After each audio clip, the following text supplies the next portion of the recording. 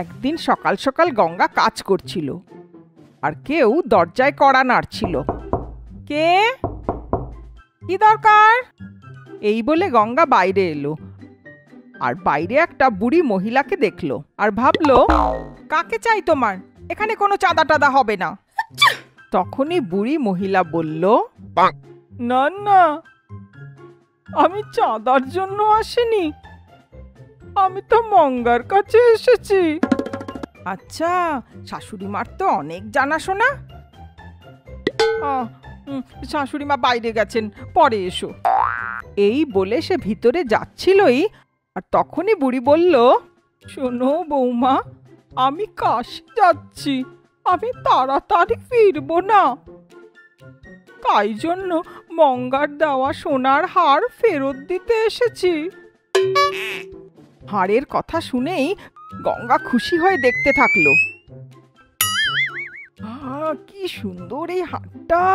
শাশুড়ি মা আসার আগে আমাকে এই হারটা নিয়ে এখান থেকে ওনাকে ভাগাতে হবে।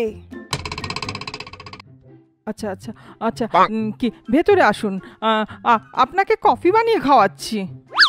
ও ওনার সাথে ভালোভাবে কথা বলতে থাকে। শাশুড়ি মার একটু আসতে সময় লাগবে, উনি বলে গেছেন যদি কেউ ওনার জন্য কিছু নিয়ে আসে তো আমাকে নিয়ে নিতে। যদি আপনি আমাকে দেন তো ওটা ওনার কাছেই পৌঁছে যাবে। এই বলে হারটা নেবার জন্য হাত পাতে। শোনো, এই হারের ব্যাপারে। আরে আমি কেন জানবো না, শাশুড়ি মা আমাকে অনেকদিন আগে বলে দিয়েছে। এই বলে হারটাকে দেখতে থাকে। ঠিক আছে, তাহলে আমি চললাম। এই বলে ওই বৃদ্ধ ওখান থেকে চলে যায়। গঙ্গা ওই হারটাকে দেখতে থাকে, আর আয়নার সামনে গিয়ে ওই হারটা নিজের গলায় পড়ে। গঙ্গাকে হারটা দিয়ে যাবার পথে ওই বুড়ির মঙ্গার সাথে দেখা হয়। আরে কোথা থেকে আসছো মঙ্গাম্মা? চলো চলো, আমার বাড়ি চলো। আমি তোমার বাড়ির থেকেই আসছি। আমার বাড়ি থেকে আসছো? হ্যাঁ, তোমার দেওয়া হারের জন্য আমার বৌমা আমার ছেলের সাথে খুশি মতন থাকছে, আর আমাকেও দেখছে।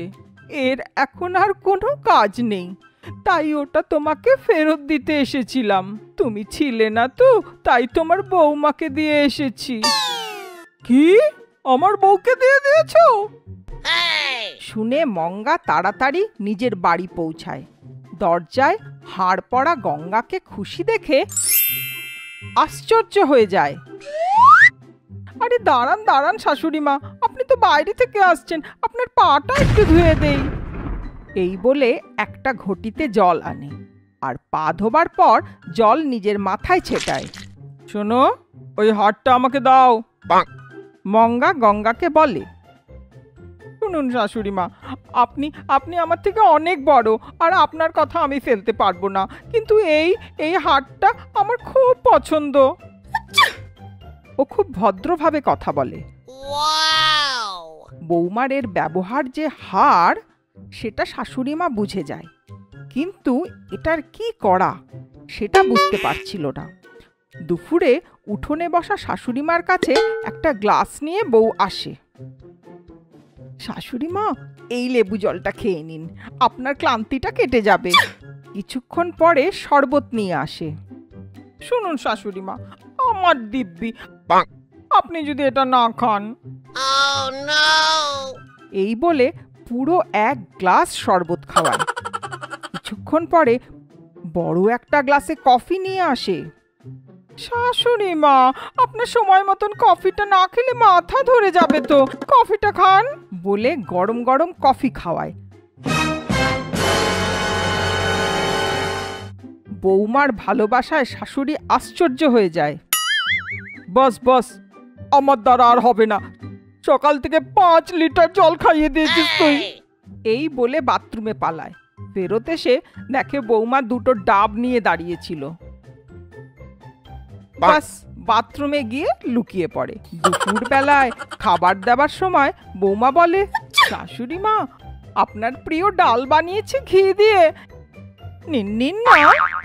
এই বলে অনেক বেশি খাবার দিয়ে দেয়। খাবার খেয়ে গঙ্গার অবস্থা খুব খারাপ হয়ে যায়।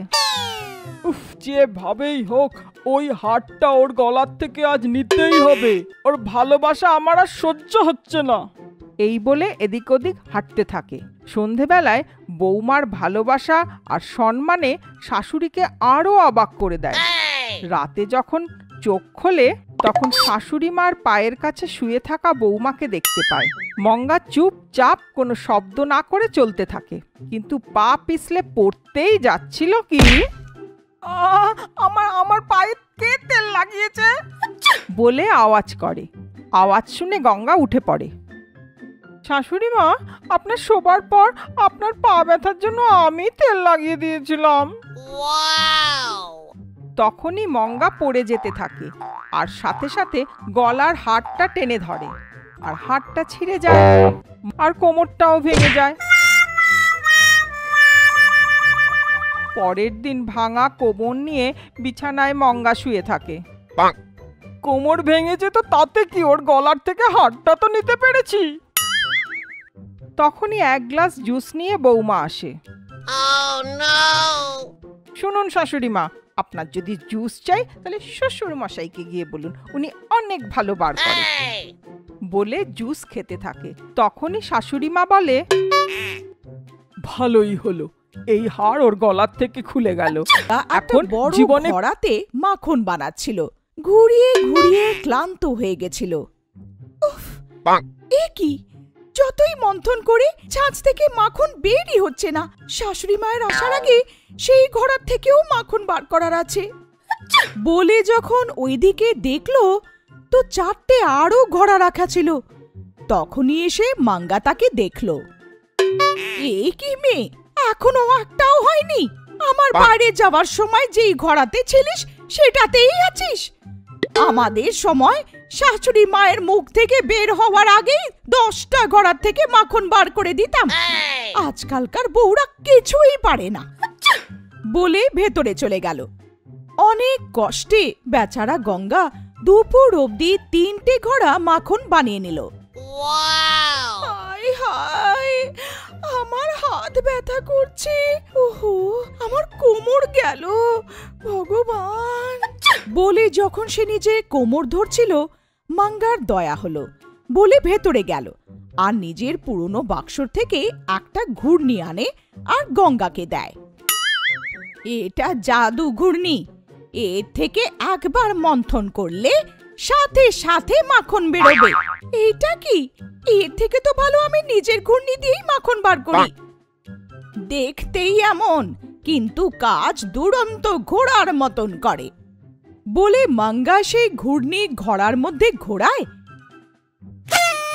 বলে মাঙ্গা ঘূর্ণি ঘোরাতে শুরু করে আর ঘোড়া ভর্তি মাখন বেরিয়ে আসে। দেখলি? হ্যাঁ হচ্ছে বলে সে আশ্চর্য হয়ে দেখে। আগেই দিয়ে দিতেন, এখন এই ঘূর্ণির কি করে? বলেন গঙ্গা দুঃখী মনে বাড়ি ফেরে। তাকে দেখে মাঙ্গা বলে, কি হলো, তোর মন খারাপ কেন?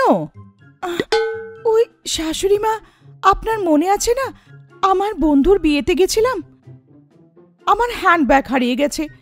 আমি আপনাকে জানালে আপনি বকা দিতেন, তো আমি খুঁজতে চলে গেলাম, কিন্তু পেলাম না, তাই মনটা খারাপ। আচ্ছা আচ্ছা, তুই চিন্তা করিস না, তোর ব্যাগ তুই পেয়ে যাবি, একটু দাঁড়া বলে সে নিজের পুরনো বাক্সর থেকে একটা জাদু ঘড়ি নিয়ে আসে। এই নে, এটা জাদু ঘড়ি, এইটা পরে যা, এইটা তোকে তোর হ্যান্ডব্যাগ অবধি নিয়ে যাবে বলে সে জাদু ঘড়ি গঙ্গাকে দেয়। সে জাদু ঘড়িকে দেখে গঙ্গা ভাবে, সত্যি এই জাদু ঘড়ি আমার পার্সের ব্যাপারে জানতে পারবে বলে নিজের হাতে বাঁধে। পরার পরে ঘড়ি পাল্টে যায়। সে ঘড়ির দিকে তাকিয়ে বলে, আমার হারানো পার্স খোঁজো।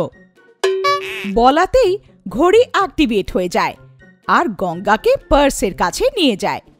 যেতে যেতে একটা গাছের তলায় নিজের পার্সকে দেখে গঙ্গা অনেক খুশি হয়ে যায়। আহা, হ্যাঁ, শেষ অবধি আমি আমার ব্যাগ পেয়েই গেলাম বলে বাড়ি